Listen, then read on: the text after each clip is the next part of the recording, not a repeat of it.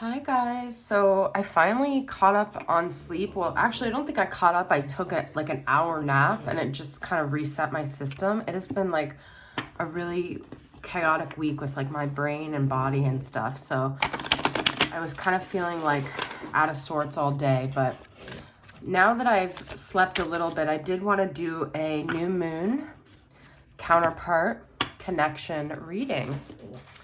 Okay, so I did do a you versus them earlier, but this is going to be more so for twin flames, tapping into the divine feminine and divine masculine energy. So let's see, what's the main overall energy of our masculines right now? I'm using the Celtic Dragon Tarot. What's the masculine's main energy? Oh. And I'm just going to say no reversals because I can't deal with reversals right now, okay? And sometimes the whole deck is reversed and it's just, so I'm just going to say no reversals. Masculine's energy, what is going on? Oh, yeah, some secretive kind of energy here. You know, the new moon's here, but I feel the masculine, we just did have a Scorpio moon.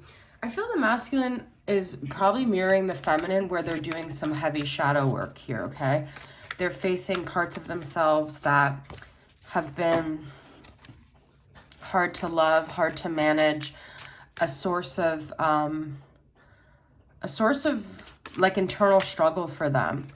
But I also feel they're still sort of avoiding facing this. So I want to actually get a clarity card for this, because I do feel like that's what the feminine's been going through. But let's get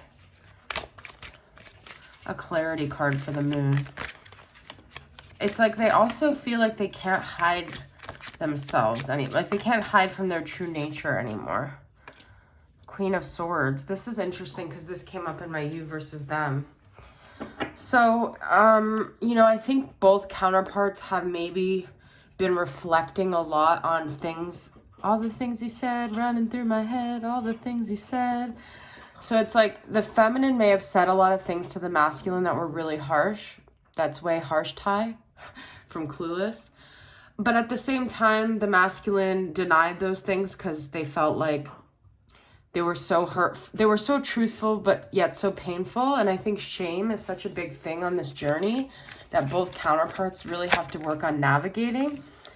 And so it's like, I don't know, I feel like there's this time right now though where it's like, let there be light, let there be illumination, let us look at these shadow parts and not put them to rest, but know that we are lovable, not in spite of them, but because of all of the facets of ourselves, and to really extend ourselves that love so we can also extend others that unconditional love. So I think it really all boils down to love for both ourselves and our counterparts, which also reflects our love for just everything, okay? So where's the feminine at? Six of Cups, nostalgic.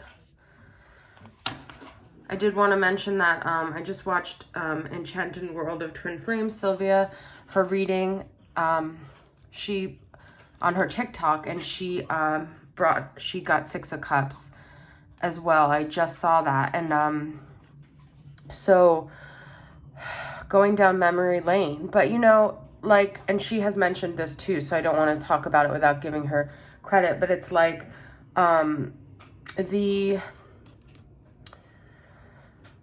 the feminine has really been going down memory lane with a lot of things, okay? Past relationships, past friendships, past holiday seasons. This time of year brings that up, I think, for everybody. And so they may be having some shame about themselves, some remorse or sadness about things that went down, or sense of loss, or sense of, but also this whimsical kind of feeling where it's like the road back to themselves they're finding, and they're finding that they could go back to those versions of themselves and they could give themselves love or compassion for maybe things they feel like they didn't do right, and to know that they're forgiven no matter what they did because they were just doing the best they could. And and I think when they do that and they send themselves that love, they send it to the masculine too. It's like they're giving themselves that pass for whatever wrongs they did. They're loving themselves through that, and they're like showing the masculine that they love them too for that, and that it's all okay. We're all imperfect, and we can't keep beating ourselves up here. Page of Swords. And I feel also the feminine is sort of in this very like inquisitive energy of really looking at herself or himself.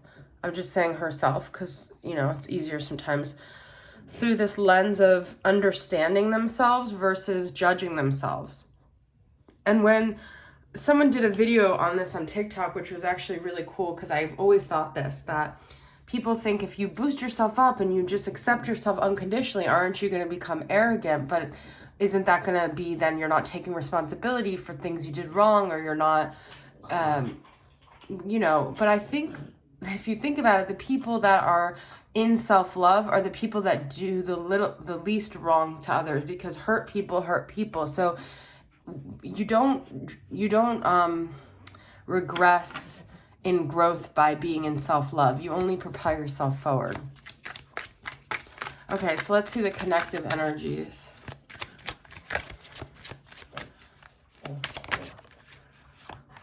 Four of Cups, interesting.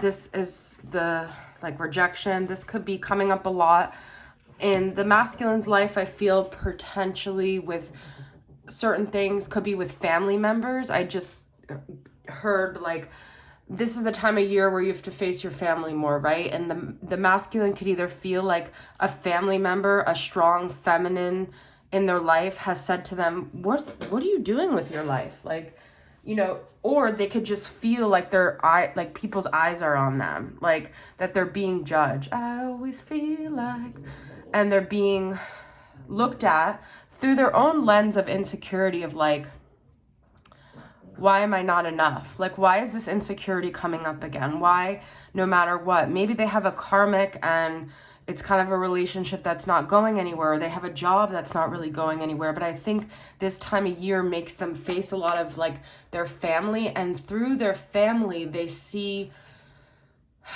eyes of truth of themselves. And that's what the Queen of Swords is about. And they feel if they're not being rejected on a obvious level, they're rejecting themselves.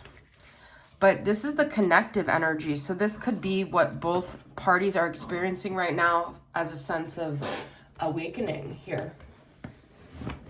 So I really have been being called to use this deck today, the Divine Feminine Oracle. So let's move on here. I always feel like somebody's watching me. I have no privacy. My throat is really dry as I try to speak, guys. So it's just been a really weird week physically. All right.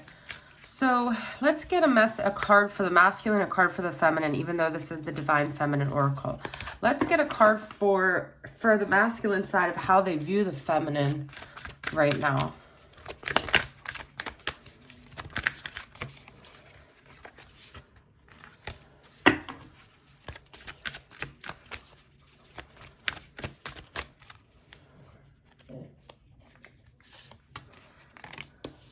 Diana, Queen of the Wilderness. The language of the natural world is a frequency of love. This is my mother tongue. Okay, this is very clear to me. So I feel like this is very interesting. Some of you guys might feel very disconnected from your masculine. You could think even like, what would make them think about me? Or where's like our connective energy? But I feel like for some reason when the masculine goes outside, they feel very like connected to Mother Nature, and that connects them back to your essence, because it's like the beating soul of the universe holds within it that Mother Nature, which is that divine feminine. So I feel like it's almost like they're haunted by you when they're in nature or outside or like any kind of sounds of nature, because it feels like it brings them home to their roots, to their soul, which there they find you, right? So let's see where the feminine is at, just in her own, or his or her own energy. The goddess of discernment. I spend my time wisely. I only say yes when it's a holy hell yes. This is very interesting. So, I feel the masculine is more in this like quiet contemplative space, especially with the moon, whereas the feminine is more in this like, because even as I was just telling you, my throat is getting like dry. It is also because I did a lot of exercise today and I need water. But the feminine is really, and this is something I've always continuously hammered into you guys, it's so much of this journey is about breaking bonds of people pleasing and codependency and acquiescing. And this is something I still really struggle with. It's like I find myself energetically saying yes when I really mean no so many times. And this is something that could be coming up for the feminine, and until they understand and they really get this, which we have to be gentle with ourselves, because I can't, beating yourself up for not doing it on time is also not productive. But it's like so much of our lesson is about being authentic. That's so much of our journey as feminines, and being true to ourselves, and listening to our intuition when it just doesn't feel right. And if we don't, it ends up trickling into the situation where we should have said no when we meant no, and we should only say yes when we really mean yes. But eventually we do learn the lessons. I sometimes feel like spirit has a roundabout way of teaching us these lessons, but I'm being called to light a candle right now. So I think like the feminine is really learning, but I feel like this is something I've been learning for so long as a feminine. Like so many situations I know the lesson, but it's so hard for me to break that bondage of people pleasing and of not trusting my intuition. And I talked about that earlier. I'm being called to use the romance angels here. I wasn't even going to, but okay, let's see like potential future energies for the counterparts in the 3D. Okay.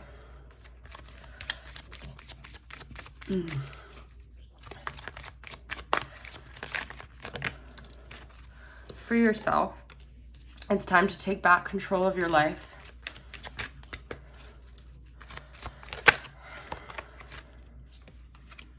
You deserve love and heart-to-heart conversations. You know, this is interesting because I feel like also part of this journey is realizing our own tendency as both masculines and feminines to push away, pull away, run away, hide from, you know, a lot of us feminines, we think we're so emotionally available because we're the ones that seem open and the masculines seem to be running. I hate to break it to you guys, but a big part of this journey for me has been accepting that on a lot of levels I am emotionally unavailable. And so where in that within us are we pushing away love, true love? And that's not to say if you're like dating someone and you just don't feel the vibe and you know they really like you and you're pushing them away, unfortunately it's not always a match, you know, so that's not necessarily self-destructive. But I think a lot of us claim that we're looking for love, but we are really emotionally unavailable ourselves. So I feel we're getting to this point where we're opening our heart chakras and we are starting to really draw in people who are reflecting where we're getting at, which is to be emotionally which is to be emotionally available. So I do think that the masculines and the feminines, if they can both work on these things on a parallel way, I feel like they're kind of breaking down these barricades and they're doing the work and they're facing their shadows and they're like kind of both moseying along that same path on a parallel. I feel like eventually they will come together and have a heart to heart when they're both actually ready to open their hearts. and to free themselves from the chains of like shame and doubt and judgment of self and others and lack of love and lack of forgiveness and all those low vibrational things that we're meant to break ourselves free from here on the divine journey. And it doesn't always look pretty, but it's worth it, I guess. And it's not worth it because eventually we meet with our counterpart. It's worth it because eventually we make peace with our demons and within ourselves. So, all right, guys, I hope this reading finds you well, and I'll talk to you guys soon. Thanks for being here. Love you guys. Bye.